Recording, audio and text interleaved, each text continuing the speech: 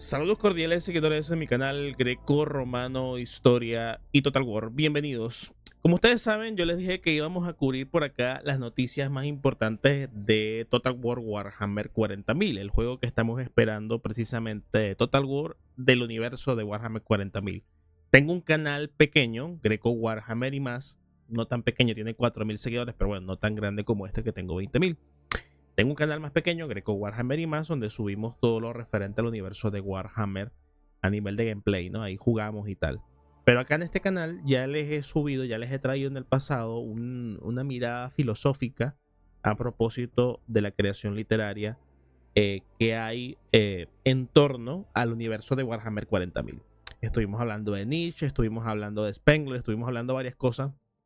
Fue un video que hice a principios del año pasado. Porque hablaba de la importancia del mito, ¿no? Y cómo, por ejemplo, hay algunos arquetipos presentes en el universo de Warhammer 40.000 y cómo esto podría servir como una especie de nuevo mito. Y bueno, la cosa es que este canal que ven aquí, que se llama Revelando el Velo en español, no sé si hay un Revelando el Velo en inglés, ¿no? No lo sé. Bueno, Revelando el Velo es un canal bastante bueno, la verdad, en el que se abordan diferentes temas, sobre todo esotéricos, ¿no?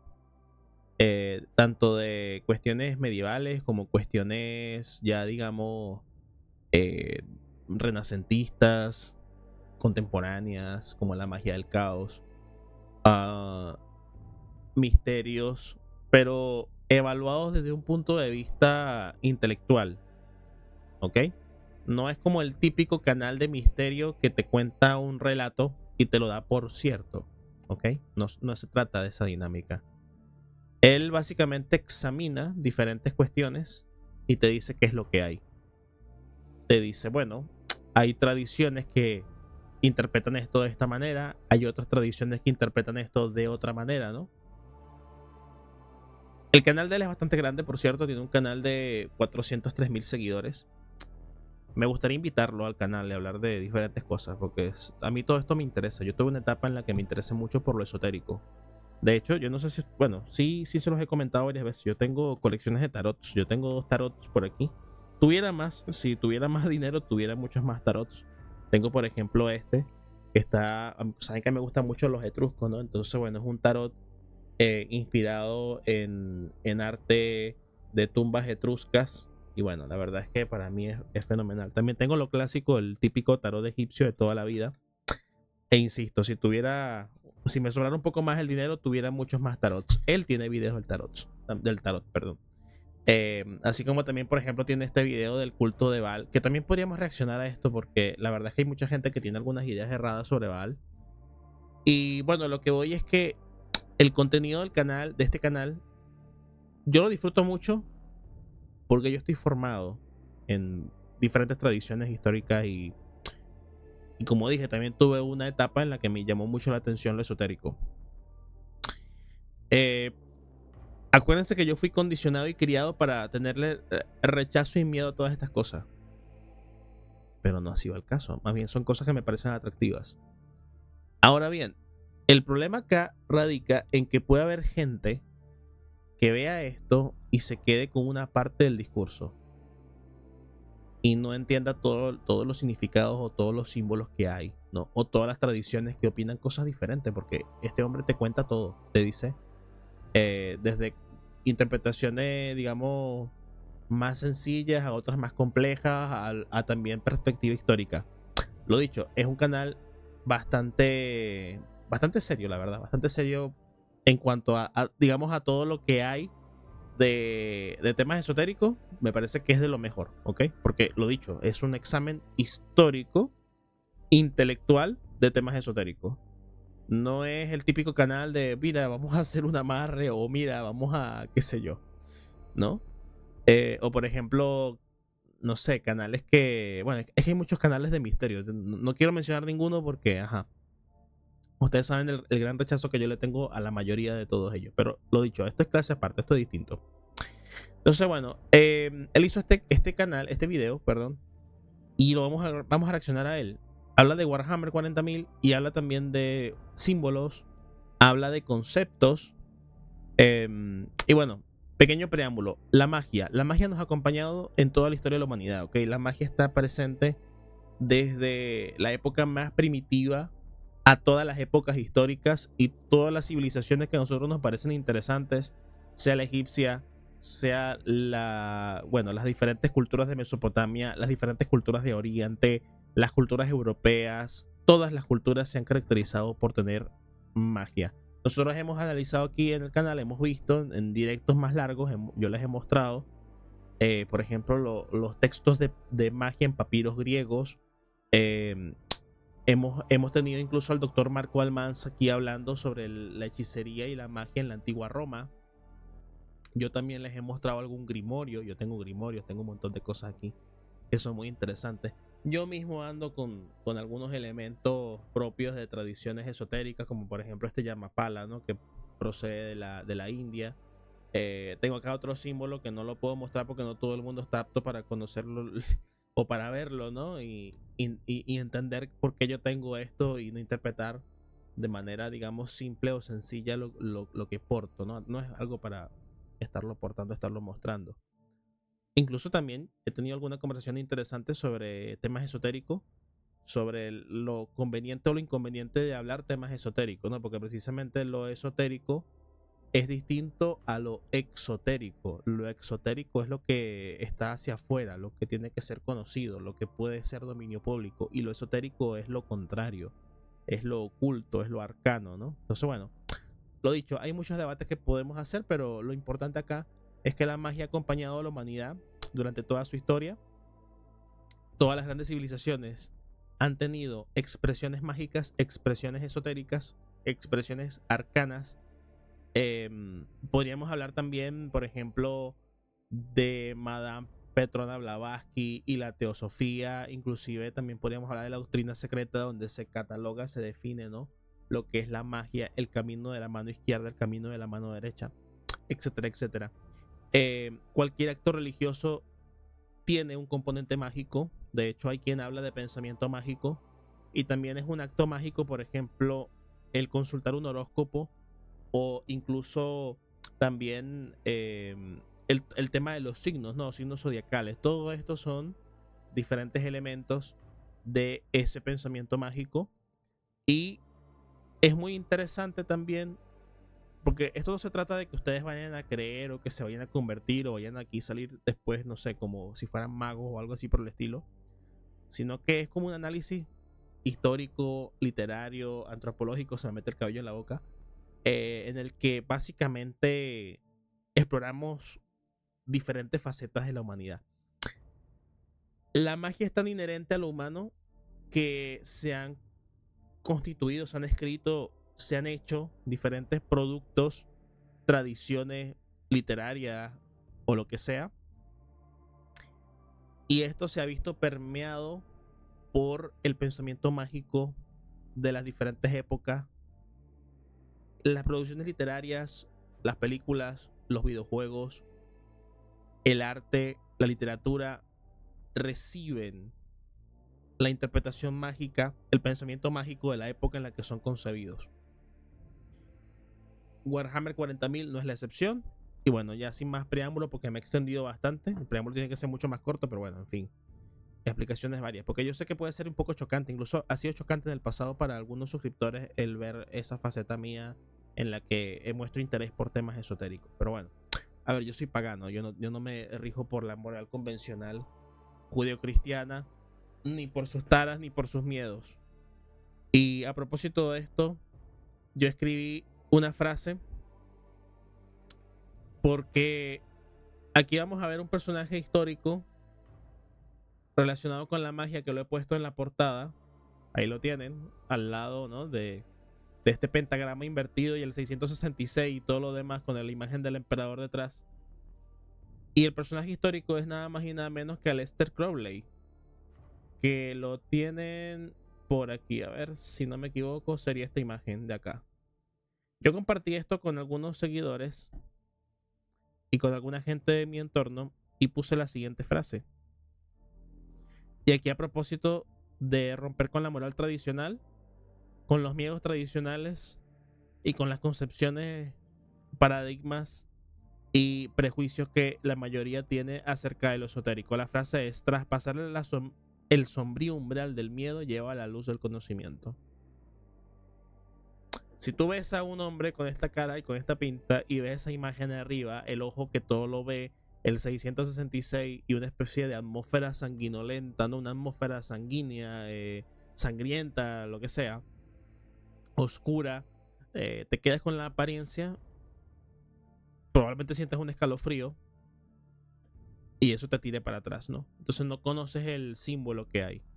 Cuando tú superas el miedo a lo oculto, al abismo, a la oscuridad o a lo que aparenta ser oscuridad, puedes ver más allá de ese velo y aprendes cosas que te podrán ser más o menos útiles, pero que en cualquier caso siempre son interesantes. Dicho lo cual, como dije, sin extendernos más, vamos a reaccionar a este buen video, a este canal, Revelando el Velo en Español, un canal buenísimo que analiza todo lo que tiene que ver con lo esotérico, lo mistérico, desde un punto de vista intelectual. Saben que yo le tengo bastante rechazo a muchas cosas que son mistéricas y son canales de misterio, ¿no? Pero esto es algo distinto, porque este hombre te presenta todo lo que se dice de diferentes tradiciones. No se casa con una y te la vende como la única verdad absoluta. Él te dice todo lo que hay. Podemos discutir de lo conveniente o inconveniente de esto. Hay gente que me ha dicho que lo esotérico no debería ser revelado porque lo esotérico precisamente es oculto, es distinto a lo exotérico y muy probablemente mucha gente consuma contenido de él y no entienda plenamente todo lo que hay, ¿no? Es un contenido para entendidos, pero a la vez muy divulgativo y también, o sea, cualquier persona puede ver esto y puede entender y puede investigar más, ¿no? A partir de lo que él comenta. Por tanto, bueno, vamos a dejarlo allí, vamos a verlo y reaccionar. Yo le pedí permiso a él bueno, por si acaso, ¿no? Él me dijo que sí, que sin problema, perfecto. Así que bueno, vamos allá. Existe un concepto muy interesante dentro de las corrientes ocultistas contemporáneas conocido como el hipersigilo. Popularizada por practicantes de la magia del caos y autores esotéricos, esta idea propone que una leyenda urbana, un libro, una película, etc., puede adquirir vida propia si logra concentrar la atención, la devoción y la energía emocional de millones de personas. Bajo esta premisa, Ok, definición correcta, precisa y exacta de lo que es el hipersigilo. El hipersigilo se deriva exclusivamente de la magia del caos, pero bueno, hay conceptos parecidos en otras corrientes esotéricas.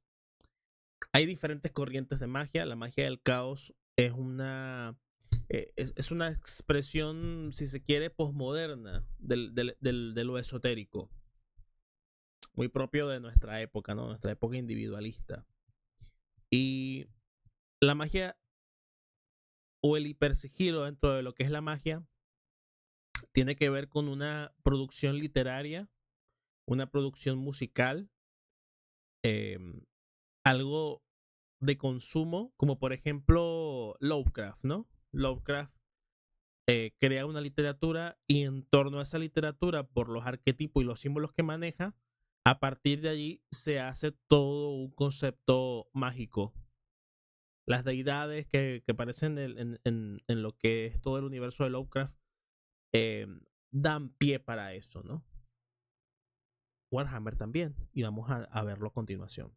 Warhammer 40.000, el universo de ficción más bizarro y opresivo de nuestra era, no sería simplemente un juego de mesa o una franquicia de entretenimiento, sino un inmenso constructo mágico en pleno funcionamiento. Especialmente si tenemos en cuenta que las referencias a la magia del caos son sumamente explícitas. Warhammer nos relata una historia paralela de la humanidad, una todavía más cruda que la nuestra. Cuando se habla de la realidad oscura o más cruda o más brutal del universo de Warhammer 40.000, eh, yo tiendo a pensar de que incluso, o sea, yo no lo veo desde el punto de vista de que es distópico, yo lo veo incluso como algo ideal.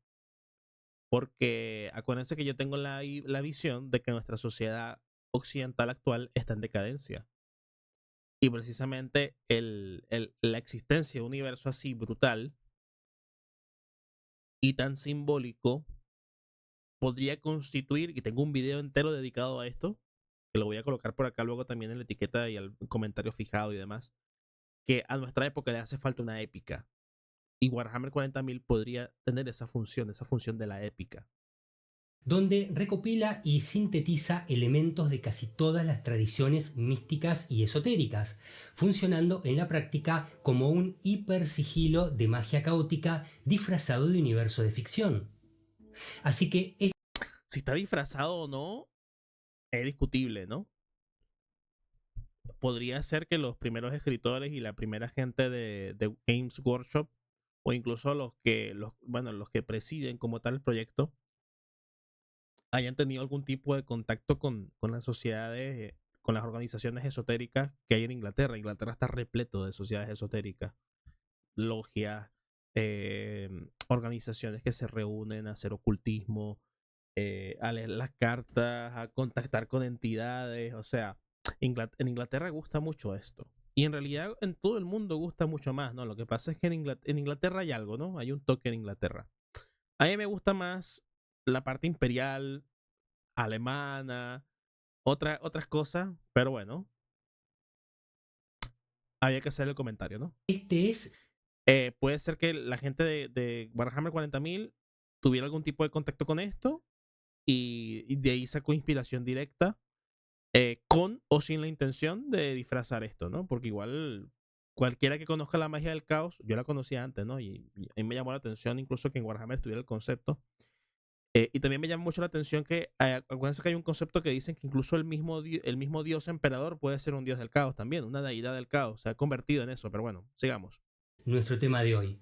Como veníamos bastante serios en los últimos informes, vamos a relajarnos un poco y a retomar la sección de mitos modernos para analizar parte del contenido esotérico de este fenómeno sin precedentes que es Warhammer 40.000, ya que sus elementos más icónicos fueron tomados directamente de la filosofía oculta tradicional. Vamos a intentar distinguir si esta guerra perpetua contra las abominaciones de las estrellas y las entidades del caos no es otra cosa que una alegoría sobre nuestros miedos más arcaicos, los dogmas espirituales limitantes, los peligros de la inteligencia artificial y sobre todo la naturaleza misma del viaje humano. Aclarando que Warhammer tiene un corpus inmenso y donde sea que miremos vamos a encontrar referencias esotéricas. Así que hoy me voy a focalizar en 3 o 4 puntos que siempre me han llamado mucho la atención. En todo caso, si les interesa, déjenme sugerencias sobre más elementos de esta ficción para analizar en otro momento. Bien. En los comentarios hay cositas interesantes. Aviso, por si quieren verse el video completo de él y ver los comentarios. Bienvenidos a Revelando el Velo. Empezamos.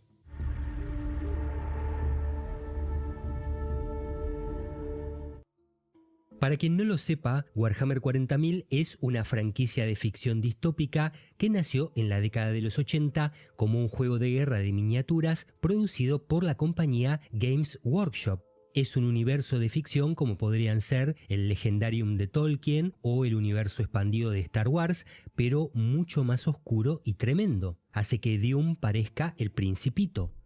Su trasfondo, que se ha ido expandiendo durante décadas a través de novelas, videojuegos y animaciones. Recuerden que el universo de Warhammer 40.000 es un universo grimdark. Eso lo define todo, ¿ok? El hecho de que sea un universo grimdark implica directamente que, que es distópico o amoral, ¿no? Coloca a la humanidad en el 41.º milenio, o sea, a partir del año 40.000, en una era de estancamiento tecnológico, fanatismo religioso y amenaza exterior constante. Warhammer tiene un lema que define a la perfección a este universo y que aparece en todos sus productos. En la sombría oscuridad del lejano futuro solo hay guerra. Fíjense ustedes, por ejemplo, esto que les voy a mostrar aquí. Es más que un juego de mesa, es un universo de ciencia ficción grimdark, por tanto distópico, amoral y violento. Warhammer 40.000 se describe a sí mismo así. En el oscuro futuro de la lejana galaxia, solo hay guerra. Entre millones de mundos del Imperio, la humanidad lucha desesperadamente por sobrevivir contra alienígenas hostiles y fuerzas traicioneras del caos. La devoción fanática y el poder de las armas son todo lo que se interpone entre el Imperio y la aniquilación total. No hay paz entre las estrellas, solo una eternidad de carnicería y masacre, y la risa de los dioses sedientos de sangre.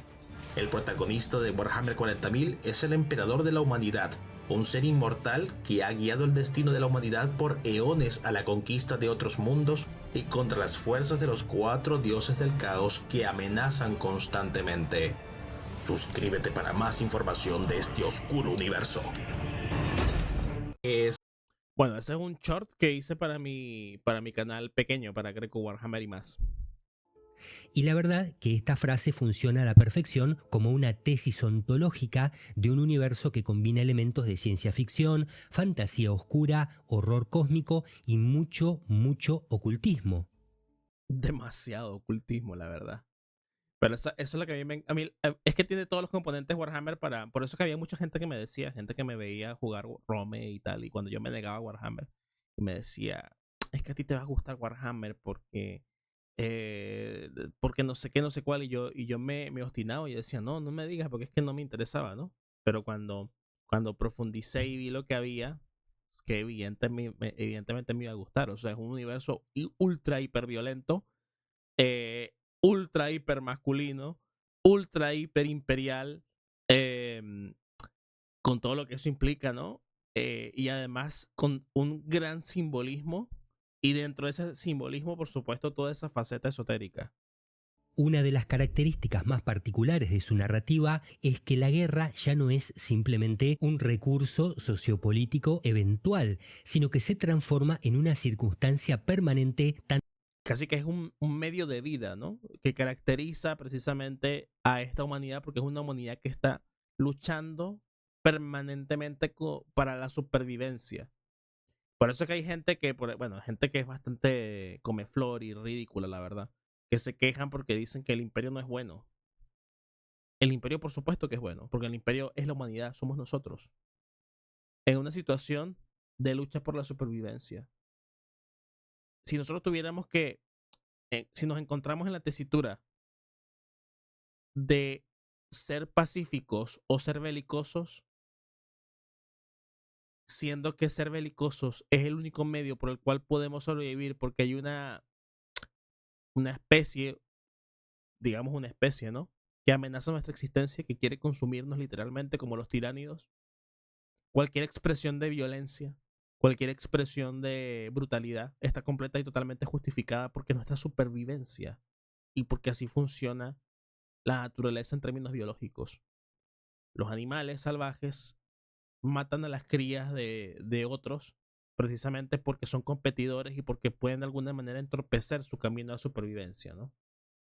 Entonces, bueno, llegar a ese tipo de reflexión no es sencillo y evidentemente no es para todo el mundo. Tanto para la humanidad como para el universo. La guerra es el estado constante del cosmos. Una condición que recuerda a la visión del filósofo Heráclito, quien postulaba que el conflicto es el padre y rey de todas las cosas, el principio generador. Grande Heráclito, ¿no? Heráclito dice, la guerra es la madre de todas las cosas. Ya les voy a decir cómo es la frase. Heráclito de Éfeso. La frase exacta es Polemos panton men pater estit panton de Basileus, que vendría a ser la guerra es el padre y el rey de todas las cosas. Seguimos, gente, seguimos. Y destructor que sostiene la arquitectura misma de la realidad. Y su relación con lo oculto puede encontrarse desde las propias bases de este universo. Veamos. La base metafísica de esta realidad paralela es el inmaterium, también llamado disformidad, que es un concepto absolutamente ocultista. Se trata de un océano interdimensional de energía psíquica que permite hacer viajes interestelares a velocidades increíbles. Es decir, se trata de una representación literal y en toda orden del plano astral, un reino. Y esto también es algo muy parecido a lo que hay en el universo de Star Wars, salvando las distancias. Inmaterial y maleable, donde los pensamientos, los sueños y las pasiones humanas toman.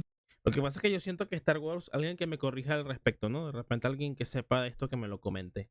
Yo siento que Star Wars bebe más de la teosofía y de corrientes parecidas que de una magia, digamos, más pura como lo que puede haber tras la narrativa de Warhammer. Forma sustancial permanente. De manera idéntica, el Inmaterium reacciona y se moldea según la psique colectiva de los mortales. Las emociones extremas, los traumas y los deseos ocultos de trillones de seres vivos se acumulan en esta dimensión hasta cobrar conciencia propia. Según la historia, el Inmaterium originalmente era una dimensión psíquica neutra y maleable, pero fue corrompido y transformado en un reino de pesadillas y caos, la disformidad, debido a la violencia y las emociones descontroladas de las razas mortales. Y en el caso de Slaanesh, acuérdense que las depravaciones de los elfos crearon al dios del exceso, que es, bueno, Slaanesh. Es decir, por sus propias energías caóticas, sugiriendo que el infierno es el espejo oscuro forjado por los propios pecados y debilidades de los mortales. El Inmaterium o la disformidad de Warhammer sí vendría a ser como una especie de infierno, pero no en un sentido pleno y estricto. Porque, corríjame si me equivoco, pero me parece que en el universo de Warhammer no se considera que el alma pueda ser inmortal. O sea, no es que las almas puedan ser de alguna manera culpables, ¿no? De un pecado que las lleve al infierno o que las lleve a la muerte, ¿no? Porque en términos judeocristianos, la muerte es el resultado del pecado. En el universo de Warhammer no se llega a esa conclusión, ¿no? Acuérdense que el emperador de la humanidad, aquí lo van a decir más adelante, prohibió la religión, aunque luego él mismo se constituyera en religión de su imperio. Lo cual es paradójico. Pero a lo que yo voy con todo esto es que el infierno en el universo de Warhammer 40.000 forma parte de ese propio universo. Esa es la cosa. La disformidad está en paralelo a la realidad. Y de repente se abren portales en los que la disformidad y el caos irrumpen en nuestra realidad. Y eso evidentemente genera guerra. Y este mecanismo cosmológico desembocó en la creación de entes de energía psíquica disforme conocidos como los dioses del caos, por lo que no son deidades en el sentido tradicional, sino egregores gigantes alimentados por las energías negativas de los mortales. El egregor, ese es otro concepto que también es bastante interesante, porque se supone que literalmente cualquier persona puede hacer un egregor, o sea, un egregor, perdón. Egregor viene del griego egregoros, que significa vigilante, ¿no? Y bueno, hay diferentes concepciones de lo que puede ser un egregor. De hecho, la metáfora moderna es la que lo presenta como una conciencia colectiva. En el ocultismo, pues evidentemente esa fuerza colectiva de un grupo es una especie de cadena espiritual o energética. Pero bueno, lo dicho, hay diferentes concepciones. Aquí la que nos interesa, por supuesto, es la esotérica. Bien, seguimos. Tales. Estas deidades ruinosas son 4. Khorne, que es la deidad de la violencia, el odio y la guerra, es engendrado y alimentado por la ira, el asesinato y el derramamiento de sangre. Nurgle, deidad de la pestilencia, la decadencia y la desesperanza, es engendrado y alimentado por el miedo a la muerte, la enfermedad y la voluntad de supervivencia sobre cualquier otro valor o principio. Tzeentch, deidad del cambio, la ambición y la hechicería, es engendrado y alimentado por la esperanza, la intriga y el deseo de evolución a cualquier precio. Y la magia, acuérdense que Tzeentch tenta a través del conocimiento, porque la magia tiene un papel muy importante en el universo Warhammer, porque precisamente el conocimiento de la magia es lo que permite eh, trascender la naturalidad. Y precisamente la magia es el camino de todo lo sobrenatural. Entonces, el conocimiento que nos lleva a hacer diferentes cuestiones también nos puede llevar a ser corrompidos por Tzeentch, porque Tzeentch engaña. Y bueno. Y Slaanesh, deidad del exceso, el placer y el dolor, es engendrado y alimentado por el narcisismo, la obsesión, el hedonismo y la búsqueda del placer extremo. Creado por los elfos, ¿no? Y de ahí es que a Oriana le caen mal los elfos, ¿no? Porque los elfos crearon esta abominación. Ahora bien, como decíamos antes, la humanidad necesita exponerse a la influencia y depredación de estas entidades del caos, ya que no le queda más remedio que introducirse en la diformidad para poder realizar viajes interestelares que de otra manera serían imposibles. Entonces, las naves espaciales se sumergen en la diformidad bajo la protección de un campo Heller, que es algo así como una burbuja de realidad física que evita la incursión demoníaca. Estas naves son guiadas por un navegante, que es un psíquico con el tercer ojo desarrollado, ya que como dijimos, la diformidad es un océano psíquico. El tercer ojo, recuerden que es una cuestión de la tradición hindú, que básicamente tiene que ver con... A ver, es como complicado de explicar un poco sin dar mucho contexto, pero digamos que el tercer ojo es lo que permite tener ciertas facultades hacia lo espiritual, ¿no? Se supone que la mayoría de las personas tienen el tercer ojo obstruido. O sea, cualquiera podría desarrollarlo, pero lo tiene obstruido. Y solamente puedes como que activarlo mediante disciplina, mediante prácticas rituales, etcétera, etcétera. Y para guiarse entre puntos, este piloto utiliza la luz del Astronomicon, un faro de energía espiritual alimentado por el sacrificio diario de miles de psíquicos en la Tierra y dirigido por la voluntad del emperador de la humanidad. Pero ya vamos a llegar a eso.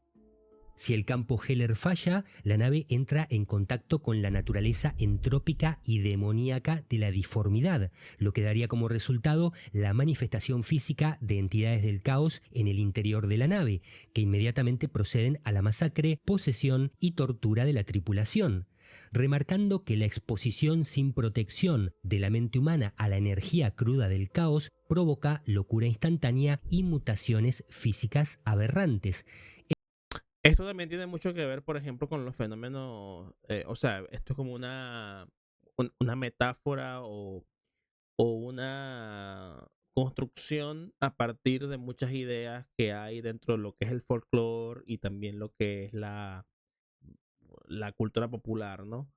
Se supone que las personas, el ser humano, no está preparado para cruzar el umbral y ver lo sobrenatural.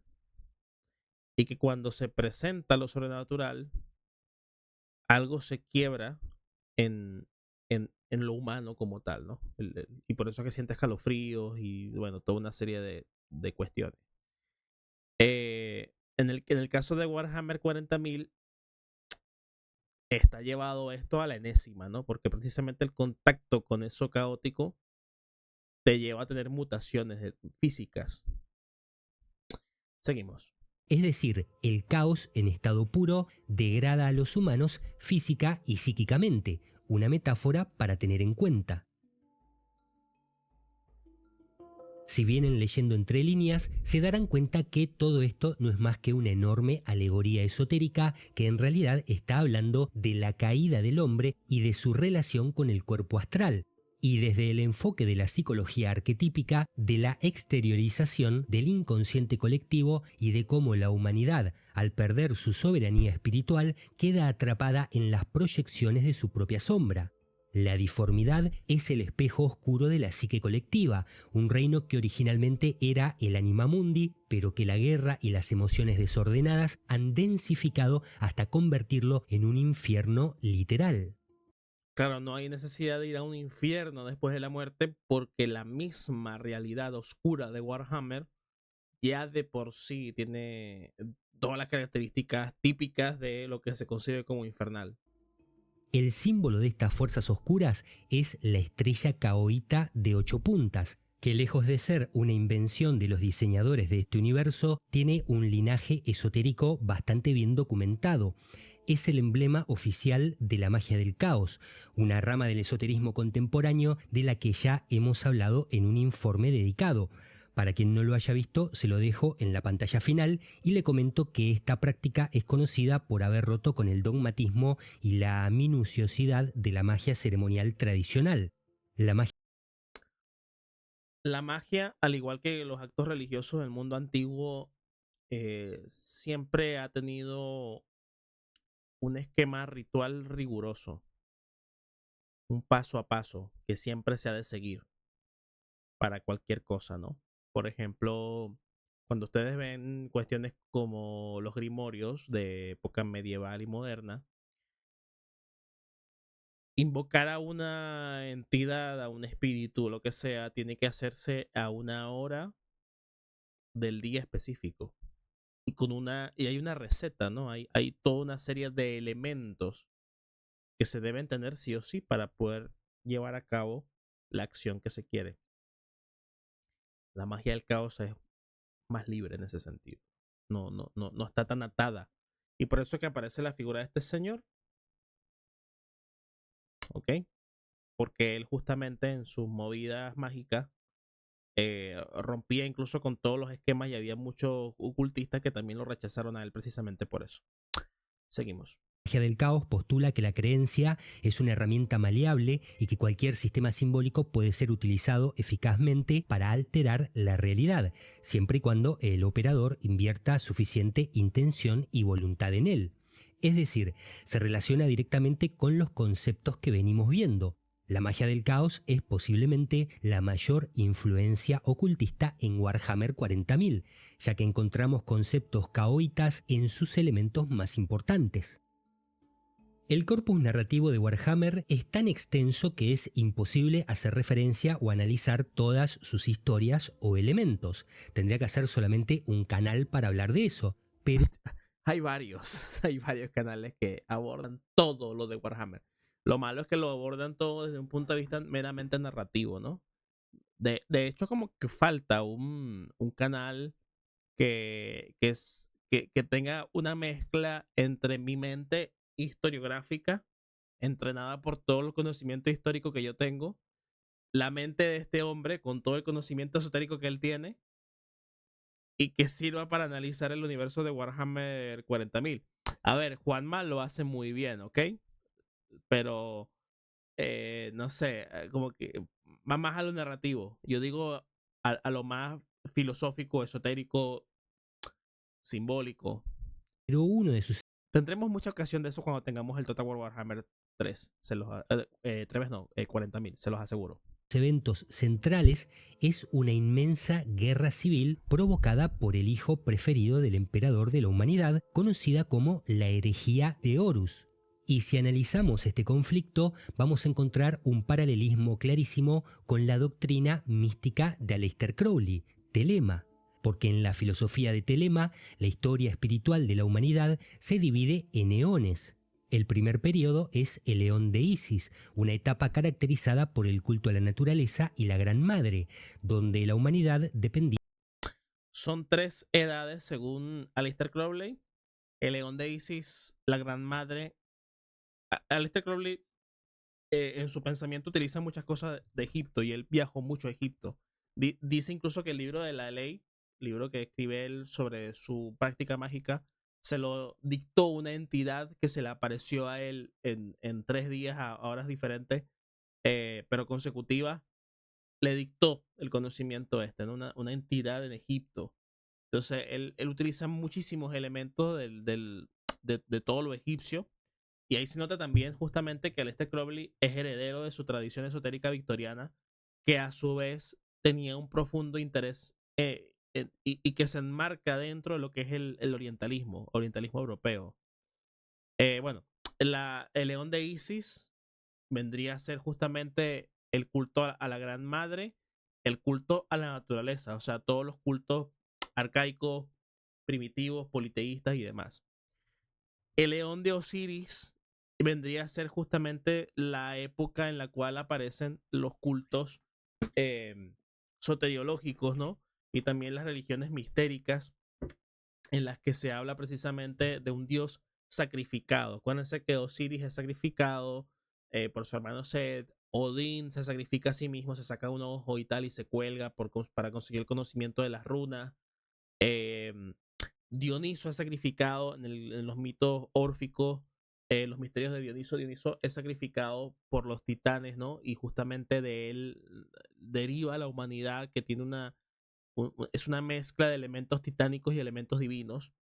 Y finalmente después vendría el león de Horus, que es justamente una época de materialismo, de voluntad, el individuo como soberano, ¿no? Un poco porque, claro, como Horus mata, o mejor dicho, combate a otro dios, a su hermano Set, para reconstruir a su padre, para vengar a su padre, ¿no? Entonces un poco como está presente eso de la venganza y la guerra contra otra divinidad. Entonces, bueno, que vendría a encarnar un poco nuestra época, ¿no? Ese Eón de Horus. O sea, según Aleister Crowley, nosotros estamos en el Eón de Horus. Día enteramente de los ciclos biológicos y de la fecundidad de la Tierra. A este periodo le sucedió el león de Osiris, el tiempo de la autoridad paternal incuestionable y las religiones dogmáticas. Durante esta fase, que según Crowley abarcaría la mayor parte de la historia escrita, la fórmula espiritual se centró en el sacrificio, la culpa y la muerte, bajo la premisa... Esto es errado, ¿ok? Desde el punto de vista histórico, no digo que se esté equivocando revelando el velo. Revelando el velo lo que está haciendo es describir el pensamiento de Aleister Crowley. Y yo estoy diciendo que el pensamiento de Aleister Crowley, históricamente hablando, científica e historiográficamente hablando, está errado. Porque no todas las religiones giran en torno a la culpa, al perdón y a la soteriología. Eso es un fenómeno cristiano.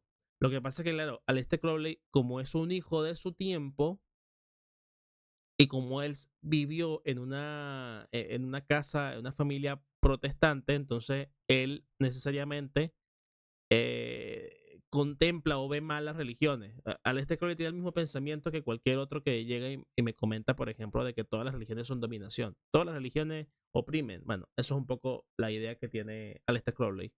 O sea, él hace un acto de presentismo y ve los otros cultos, las otras religiones de la historia de la humanidad, las ve como opresivas, como controladoras y como, bueno, que instrumentalizan la culpa del creyente, ¿no? Por tanto, claro, nosotros vemos allí que Aleister Crowley como tal no ha tenido no ha tenido un conocimiento exacto sobre la historia de las religiones de la humanidad, ¿no? Como por ejemplo lo que podemos desprender de un video que vemos con el doctor Marco Almanza, o una entrevista a la que yo le hago, o cualquiera de mis videos hablando de religión romana o religión griega. Bueno, tenemos que entender que el pensamiento de Aleister Crowley se enmarca dentro de las primeras décadas del siglo XX.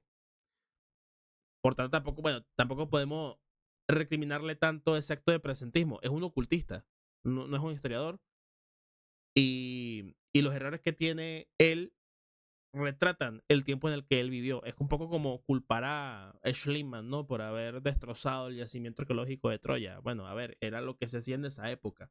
Así se trabajaba en esa época, ¿no? Bueno, seguimos. de que la redención solo era posible a través del sufrimiento de una figura mesiánica. Crowley profetizó que esta fase daría paso a León de Horus, el niño coronado y conquistador, una era de fuego, conflicto, individualismo radical y la destrucción violenta de los viejos ídolos. En Warhammer Ahí recordemos un poco a Nietzsche, ¿no? De que Dios ha muerto, nosotros lo hemos matado. Hammer, el emperador de la humanidad, es traicionado por su propio hijo, cuyo nombre parece haber sido elegido deliberadamente por los guionistas, Horus, en una dinámica que recuerda a la doctrina telémica de Crowley y el león de Horus. Entonces, la rebelión galáctica que narra ese capítulo de Warhammer no es otra cosa que el advenimiento literal del león de Horus, el colapso total del viejo orden y el advenimiento del caos y de la magia oscura. El resultado de esta ruptura es la galaxia atrapada en un estancamiento que se alimenta perpetuamente de la guerra. Y esto nos lleva a hablar de la figura de autoridad y orden en torno a la cual orbita toda la narrativa de Warhammer. El protagonista de Warhammer, Me han gente. insultado. Coño. Es Warhammer. Pasa que se abren cosas que yo no quiero abrir. Ya, un momento. Vamos a... Vale, yo lo estuve buscando. Ya lo encontré. Aquí está. La herejía de Horus ha sido la mayor traición registrada en los anales del imperio y una epopeya de lealtad quebrada y gloria caída. Cuando el emperador de la humanidad estaba a punto de unir toda la galaxia bajo su estandarte, su hijo predilecto, Horus Lupercal, fue seducido por los poderes ruinosos y corrompido por el caos junto con 9 legiones que le siguieron. Esto incendió el universo en una cruenta guerra civil. Muchos planetas cayeron ante la brutalidad y el odio de los hijos del emperador enfrentados. Al final, Horus asedió el Palacio Imperial en Terra, donde tuvo un combate singular con el propio emperador, su padre. El desenlace final fue que el Señor de los Tiempos derrotó a su hijo rebelde, pero pagó un terrible precio. Su propio cuerpo quedó destrozado y su espíritu fue confinado al trono dorado. Desde entonces su cadáver viviente ha estado manteniendo levemente la luz del imperio. La herejía de Horus es recordada como una tragedia que sumió al imperio de la humanidad bajo las sombras en un asedio perpetuo por las fuerzas del caos. Suscríbete para más información del universo de Warhammer 40.000. Bueno, ahí está un poco el resumen, toda la epopeya de la guerra de Horus contra su padre. El emperador de la humanidad, que es reverenciado como un arquetipo solar y un gobernante sagrado. Su desarrollo a lo largo de las novelas presenta uno de los paralelismos más profundos con las doctrinas esotéricas tradicionales. La historia nos cuenta que el emperador es casi tan antiguo como la humanidad. Él nace de la reencarnación colectiva de todos los chamanes del Neolítico, que se inmolaron al mismo tiempo para renacer como uno solo. El emperador fue el primer humano con poderes psíquicos y fue creado ritualmente para guiar y proteger a la especie humana de los futuros ataques del plano astral. Sin embargo, su desarrollo en la historia lo transforma en un personaje multifacético o por lo menos ambiguo, porque por un lado su figura se alinea con la de un demiurgo gnóstico, el padre creador y defectuoso de un imperio humano bastante cuestionable. En su búsqueda por asegurar el dominio humano... Bastante cuestionable según qué. Según qué. Según nuestra moralidad, ¿no? Actual, contemporánea. Esa es la pregunta que hay que hacerse aquí, ¿no? El universo de Warhammer 40.000 es cuestionable según qué, sobre qué pensamiento, qué paradigma los de nuestra época. Pero desde mi punto de vista, lo más interesante es hacer un verdadero ejercicio reflexivo, empático, y imaginar por un momento de que ese universo ficticio, Grindark y todo lo demás, podría ser nuestro mundo perfectamente y que tuviéramos que asumir un régimen opresivo, violento, imperial, que precisamente busque nuestra salvación como especie. Ese es un poco el fondo que hay también dentro del universo de Warhammer 40.000. Es un poco también como lo que se puede ver en Palpatine en el mundo de Star Wars, que se supone que el imperio de Star Wars de Palpatine construye la Estrella de la Muerte y otras cosas un tanto para oprimir a los planetas que pudieran resistirse, pero también para resistir una posible amenaza exterior que viene de más allá, ¿no? Bueno, eso es algo que instauró... Eso es algo que la humanidad se ha planteado muchas veces. Porque, o sea, ante la perspectiva de que no estamos solos, porque es ilógico, ¿no? De que solamente exista la humanidad como, digamos, como forma de vida en un universo que es vastísimo. todo lo contrario a lo que es el antropocentrismo, o sea, asumir que efectivamente pueden haber otras formas de vida, también podemos, o sea, eso nos lleva automáticamente a imaginar que es posible que exista incluso otra forma de vida, incluso inteligente, ¿no? Y si nosotros somos depredadores de nosotros mismos, o sea, el hombre es el lobo del hombre, también puede haber otra forma de vida em, en este vasto universo que precisamente también deprede y que también haga guerras, ¿no? Entonces, que claro, ante la necesidad de que el hombre tenga que defenderse de eso, pues es perfectamente válido la existencia de un universo o de un imperio con las características del imperio de la humanidad de Warhammer 40.000 o del imperio incluso de Palpatine, ¿no? A ver, saben que yo rechazo profundamente el tema de extraterrestres y toda la ufología en su conjunto. Y no con esto me estoy contradiciendo. Estoy describiendo el pensamiento que hay de fondo a nivel cultural y a nivel narrativo sobre Warhammer 40.000. ¿Ok? Por si acaso, porque de repente hay gente que dice, ah, bueno, aquí se van a animar y van a empezar a cuestionar la construcción de las pirámides y cosas así, ¿no? Alienígenas ancestrales y su puta madre, eso aquí no. Alienígenas ancestrales aquí no, ¿ok? Vale, seguimos. Una doctrina basada en un ateísmo racionalista y militarizado que niega activamente la existencia de fuerzas espirituales y prohíbe toda forma de religión bajo pena de muerte. Esta negación de la realidad metafísica, que es un acto de arrogancia demiúrgica, fue la chispa que condenó al imperio al fuego y a la guerra eterna. Al intentar forzar un orden puramente material y lógico sobre un universo que es intrínsecamente espiritual y caótico, precipitó la rebelión de sus propias creaciones. La ironía... Fíjense cómo hay muchos elementos que son maniqueos en el universo de Warhammer 40.000. Cómo hay contradicciones que se ven profundizadas precisamente por el mismo accionar del dios emperador. De esta tragedia gnóstica es que su imperio secular terminó transformándose en la teocracia más dogmática, supersticiosa y oscura imaginable, que termina venerándolo como si fuera un dios en contra de sus propios deseos. Una situación que, más allá de la tragedia constante que es Warhammer, es tratada con un humor muy ácido y cínico. Pero durante... Bueno, el humor inglés es muy ácido y muy cínico muchas veces. Es De la normal. herejía de Horus, también vemos al emperador asumir otro rol arquetípico. A ver, en el clímax de la saga de la herejía se bate a duelo con su hijo, el primarca Horus, quien para entonces ya se había convertido en el receptáculo del poder de los dioses del caos. Este duelo se desarrolla en los planos físico y psíquico, y si bien el emperador sale victorioso, queda muy malherido, así que es llevado a la tierra y conectado al trono dorado. Esta maquinaria, originalmente diseñada para otra cosa, pero no me quiero ir por las ramas, fue modificada. Bueno, aquí hay un detalle. Yo no sé para qué fue hecho el trono dorado originalmente. Si alguien lo sabe, que me lo ponga en los comentarios. Quiero saberlo. No lo he buscado, o sea, lo dijo él y me quedé, ah, ¿en serio? ¿De verdad? ¿Era para otra cosa? ¿Para qué? Para servir como una unidad de soporte vital, y desde entonces el trono dorado mantiene al cuerpo del emperador en un estado de animación suspendida perpetua, vivo y muerto al mismo tiempo, mientras su psique lucha una guerra eterna en el Inmaterium para mantener cerrado el portal de Terra y proyectar la luz del Astronomicon, como expliqué antes, el faro psíquico que permite la navegación interestelar y por lo tanto la supervivencia del imperio. Todo lo que hace el emperador de la humanidad, todo cuanto hay en su voluntad es la supervivencia del humano. Porque de hecho el propio emperador de la humanidad fue concebido para eso.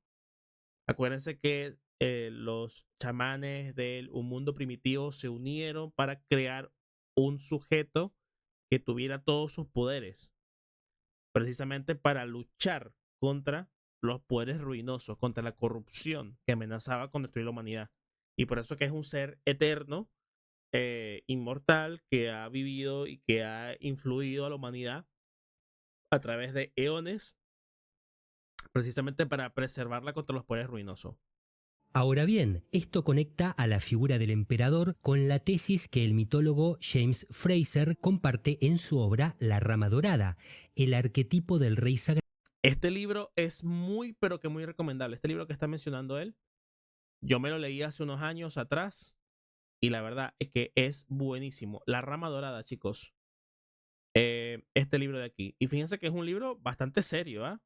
Por eso que les digo, o sea, no juzguen todo este rollo esotérico, ocultista y demás que estoy hablando, solamente porque quizás sean ustedes muy materialistas, muy racionalistas.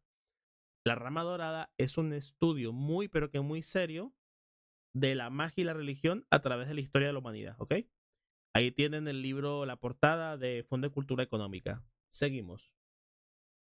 Sagrado o rey pescador, el rey que muere y renace y cuya salud y vitalidad están intrínsecamente ligadas al bienestar y la supervivencia del reino. Según nos cuenta Fraser, el rey sagrado es una figura mítico-religiosa utilizada en las culturas de la antigüedad. Este servía como mediador entre los hombres y las fuerzas de la naturaleza. Cuando el rey envejecía o enfermaba, su decadencia física amenazaba con arrastrar al mundo a la esterilidad.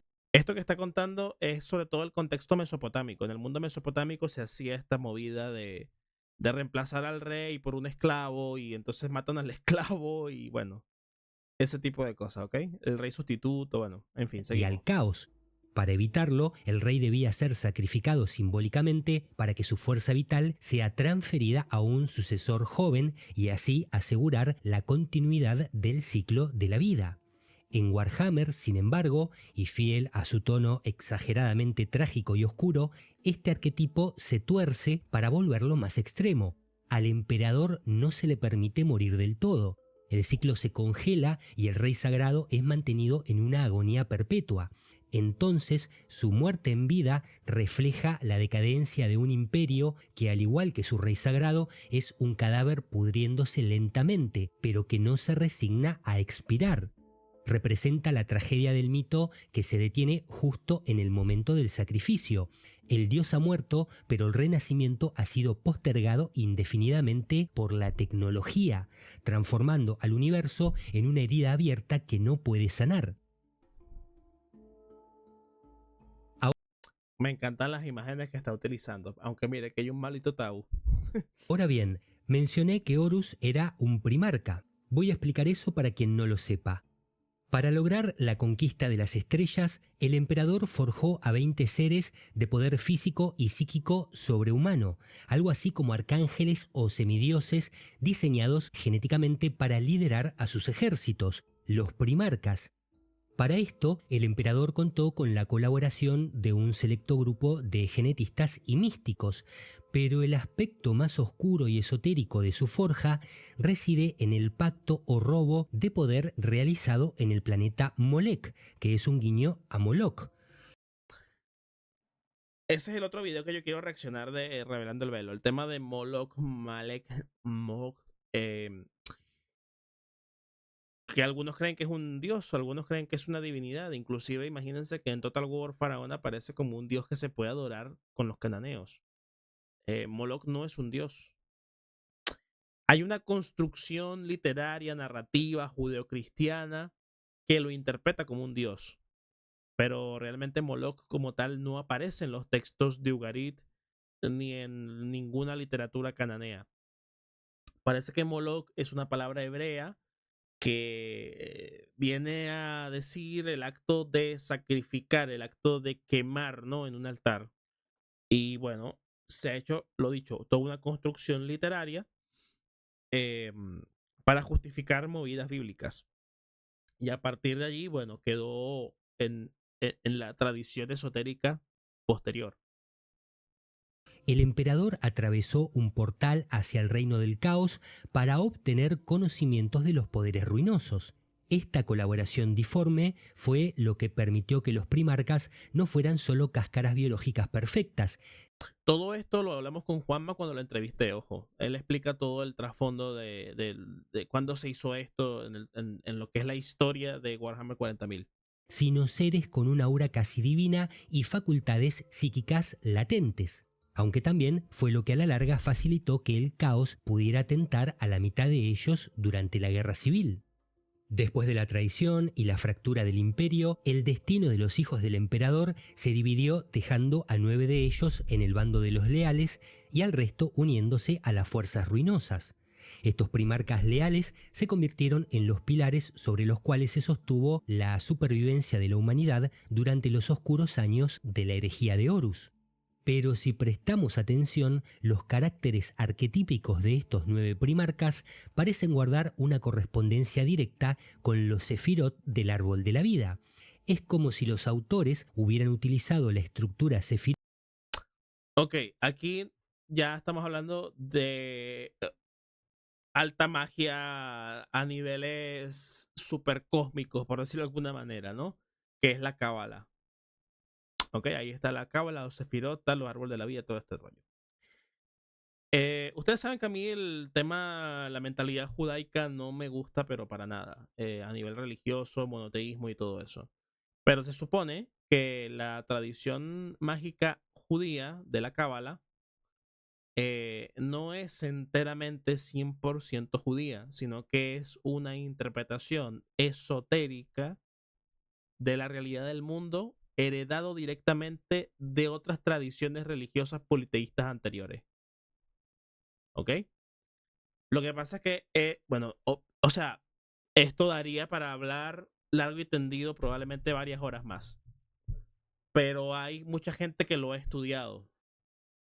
Hay mucha gente que ha estudiado esto y hacen algunas relaciones bastante curiosas, por ejemplo, entre la estructura como tal, o sea, formalmente la estructura de la cábala y diferentes tradiciones mitológicas europeas y bueno, y también rúnicas, por ejemplo, desde lo que sería el mundo escandinavo hasta elementos grecorromanos, lo cual es bastante interesante. Yo todavía estoy un poco en estudio de eso, pero muy lentamente, porque claro, estoy haciendo otras cosas que considero que son como que más importantes, ¿no? Porque esto no deja de ser muy especulativo y también hasta cierto punto muy arcano, porque, bueno, a mí me han hablado, lo que pasa es que una cosa es que a ti te hablen de y otra cosa es que tú lo puedas comprobar mediante estudio, ¿no? A mí me han hablado de órdenes ocultistas occidentales que utilizan la estructura de la cábala, pero en lugar de que aparezcan todos los elementos propios de la cábala hebrea, en realidad aparecen los dioses griegos, por ejemplo, ¿no? Pero bueno, lo dicho, eso me lo comentó alguien. Le tengo cierto grado de aprecio a esa persona que me comentó eso y que me habló en cierta clave y de ciertos detalles, pero yo mismo particularmente no lo he comprobado del todo. Por tanto, lo dejo ahí como un dato anecdótico, ¿ok? Seguimos. Erótica para caracterizar a estos comandantes con facetas muy específicas de la psique divina de su creador, fragmentando su luz infinita y perfecta en atributos singulares y a menudo desequilibrados. Veamos. Sanguinius se asocia con Tiferet porque representa la belleza, el equilibrio y el sacrificio crístico. Básicamente esta es la cosa, ¿no? Tú ves que, o sea, en qué área se desarrolla el concepto de cada uno de los, digamos, de las secciones de los protagonistas de la cábala, por decirlo de alguna manera, y hace la correlación. Bueno, ¿a qué deidad equivale esto? Lionel Johnson, como Geburá, encarna el rigor, la severidad y el juicio implacable. Su naturaleza es la del destructor necesario y el guerrero solitario que opera bajo una disciplina marcial, reflejando el aspecto restrictivo y punitivo de la justicia divina. Roboute Gilliman, como Chesed, representa la misericordia. El arquetipo de Octavio de Trajano es Rod Gilliman, o sea, esto es, bueno, y los ultramarines, ¿no? En su aspecto de expansión, organización y preservación. Su enfoque en la construcción de sistemas y su administración se alinea con la fuerza cohesiva que busca expandir el orden y la abundancia. Rogal Dorn, como Binah, se asocia al entendimiento y a la estructura formal, como el Supuestamente, según yo, según mis características, o sea, según yo no, según unos test que hice, mis características, mi pensamiento, lo que yo respondí en ese test, este es mi primarca, Rogal Dorn, el de los puños imperiales. pretoriano de Terra, Dorn es la cristalización del pensamiento en su forma sólida, da límites y estabilidad al proteger el núcleo del imperio. Leman Russ, como Netzach, encarna la victoria a través de la persistencia y la fuerza instintiva. Su lealtad es emocional y salvaje, representando el triunfo de la voluntad sobre la naturaleza indómita. Corvus Corax, como Hod, corresponde al esplendor en su vertiente intelectual y su comunicación oculta. Hod rige la magia y el pensamiento analítico. Corax, como el maestro de la infiltración y el sabotaje, utiliza la ocultación y el lenguaje del sigilo para desarticular al enemigo, representando la gloria que emana de la astucia y la verdad revelada en las sombras. Yagatai Khan, como Yesod, es el fundamento. Este es el de los mongoles de... Bueno, esa es otra cosa, ¿no? Que los primarcas no solamente, o sea, son esto que nos está diciendo el bueno de Revelando el Velo, sino que también los primarcas encarnan elementos de la historia. Por ejemplo, Chagatai Khan encarna, mejor dicho, a los mongoles. Y así pasa también con el otro, con el de los lobos espaciales, que no me acuerdo cuál es el nombre ahora mismo, que los lobos espaciales vendrían a ser como los berserkers, ¿no? Como los vikingos de la cultura, bueno, de la humanidad como tal, ¿no? Los escandinavos del universo Warhammer 40.000 son eso, los lobos espaciales. Y así. Y bueno, y los romanos son los de Robot Gilliman y demás. La conexión entre el mundo espiritual y el material a través del conocimiento constante y la transmisión de energía. El Khan opera en la periferia, actuando como el canal de comunicación rápida, similar a la base que sostiene la estructura mediante el flujo constante. Vulcan, como Malkuth, representa la manifestación física y el elemento tierra. Está ligado a la materia, la forja y la humanidad común. Su enfoque en la protección de los débiles lo anclan a la realidad tangible y al sufrimiento del plano terrestre, siendo la base material de los ideales del emperador. Ferrus Manus, como Chokmah, se vincula a la sabiduría como un impulso creativo y tecnológico puro. Este es súper triste, este es el que traiciona a Fulgrim. Representa la chispa del ingenio técnico y la visión de la perfección física, así que su caída prematura podría simbolizar una sabiduría que, al carecer de equilibrio o compasión, se pierde en la búsqueda de una forma ideal inalcanzable. Pero estos primarcas son 9 y el árbol de la vida tiene 10 sefirot, así que en la cúspide del árbol, Keter, la corona, no podía ser representada por ningún otro más que por el emperador, la unidad indivisible que contiene la esencia de todo lo que se desplegará en las 9 esferas restantes. En Warhammer, el emperador es la fuente genética y espiritual de la que nacen los primarcas. Esta imagen es rara, ¿eh? Porque esto es un elfo, ¿no? Estos que están aquí al otro lado son elfos, si no me equivoco. O me estoy equivocando, ¿no? Quizás son otra cosa, quizás son custodes. Sí, porque es que no tiene mucho sentido que el emperador esté con elfos. Por el tema de que, bueno, el emperador es completamente xenofóbico, no quiere que hayan otras razas cerca. Primarcas. Ellos son facetas de su ser, mientras que él permanece como la síntesis absoluta de todas sus virtudes y poderes. En este caso, la conexión mística es total, porque Keter es llamado el anciano de los días, una referencia que se puede contrastar con la longevidad y sabiduría eterna que el emperador posee tras milenios de guiar a la humanidad desde las sombras. Y así como Keter es la corona que se sitúa por encima de la comprensión mortal, el emperador yace en el trono dorado, es decir, en una existencia que se encuentra dentro y fuera del tiempo y la materia, porque no está muerto, pero tampoco vivo. Por todo esto que estamos viendo, si analizamos con cuidado esta inmensa construcción mitológica, vamos a ver que no se trata de una historia de ciencia ficción común y corriente.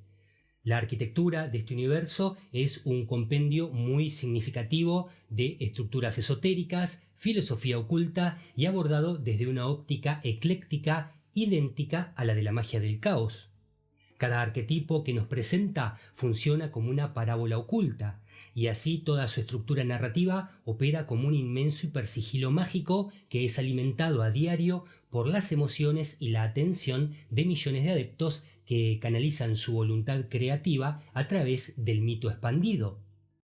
Y otra cosa muy, pero que muy interesante, es que la risa de los dioses sedientos de sangre son los jugadores de Warhammer 40.000, ¿no? Eso también es bastante interesante, bastante curioso. Si tenemos las claves para leer qué hay detrás de su estética oscura y opresiva, vamos a encontrarnos con la eterna batalla entre el orden y el caos que ha ocupado las mentes de ocultistas y místicos desde la antigüedad. Por lo tanto, el simbolismo alegórico de los antiguos relatos mitológicos no desapareció con la modernidad, simplemente cambió de forma, se adaptó a la cultura popular y ahora se asienta en el oscuro e insondable abismo de las estrellas lejanas. Sin nada más que decir, me despido hasta la próxima. Que tengan un lindo día donde quiera que estén y miren con cuidado qué hay en la punta de sus tenedores. Siempre termina así, ¿no? Miren con cuidado en la punta de sus tenedores, o como que cuidado con lo que vas a comer, ¿no? Lo cual está genial porque es como les digo, o sea, él habla de tradiciones esotéricas, te cuenta todo lo que hay, todas las tradiciones, lo que dicen aquí uno, lo que dicen allá los otros, y es como que, bueno, analiza bien qué parte de toda esta narrativa o de la narrativa en general y en suma del mundo vas a realmente consumir, ¿no? No se olviden de suscribirse para recibir más contenido y si quieren apoyar al canal también pueden sumarse al podcast que tengo en Patreon, donde van a encontrar más de 80 horas de material exclusivo. Y te lo digo a ti mismo, Reverendo Velo, quiero entrevistarte, quiero traerte para acá y que hablemos, no sé, de gustos, de historia, de cosas que te parecen curiosas, cosas que te parecen interesantes, cuál es, no sé, tu video favorito. Vamos, si es posible, yo encantado. Así que nada. Y bueno, como les dije antes, aquí ya el video acaba, ¿no? Ya con esta despedida de él. Como les dije antes, quiero reaccionar a otros videos, porque ahora vamos a tener por lo menos una reacción semanal, ¿ok? Como mínimo. Como mínimo va a haber una reacción semanal en el canal. Si quieren que yo reaccione a alguna cosa, pueden mandármela por Discord únicamente, única y exclusivamente pueden mandarme contenido para que yo reaccione por Discord. Y el hecho de que me lo manden no va a ser como que yo sí o sí voy a reaccionar, ¿no? Yo voy a analizar a qué reacciono y a qué no. Pero bueno, probablemente reaccionemos al video de Baal, ¿ok? Porque ahí puedo comentar bastantes cositas interesantes desde el punto de vista histórico bueno, de la historia de Canaán. La historia y la literatura de Canaán. Así que lo más probable es que en un tiempo más o menos razonable volvamos otra vez con Revelando el Velo y reaccionemos a uno de estos videos. Bueno, de un video de 20 minutos estamos haciendo 1 hora y 15, ¿no? Así que bueno, muchas gracias gente por haber estado en este video pero que tan particular. Van a haber más videos así también de Warhammer, de trasfondo, de pensamiento, de filosofía, esta vez de esoterismo, en este canal, el canal grande, el canal serio. Pero evidentemente todo lo del juego como tal lo hacemos en el canal pequeño en Greco Warhammer y más. Y el otro día, el domingo me parece, publiqué un video de 20 minutos aproximadamente o media hora jugando con Roland y se me fue el nombre, con Ray me parece, miembros del servidor de esta comunidad. Así que bueno, muchas gracias a todos, espero que les haya gustado. Si es así, recuerden like, comentario. Si quieren hablar de lore de Warhammer, pongan también todo lo que quieran allí para explicar, para expandir todas las cosas que se han dicho acá, porque evidentemente él hizo un resumen, yo hice una reacción al resumen de él, entonces evidentemente dejamos cosas por ahí sueltas. Colóquenlo, ¿ok? Colóquenlo, coloquen los comentarios. Y bueno, lo dicho, nos veremos próximamente con más. Que los dioses estén con todos ustedes. Hasta otra. Nos vemos.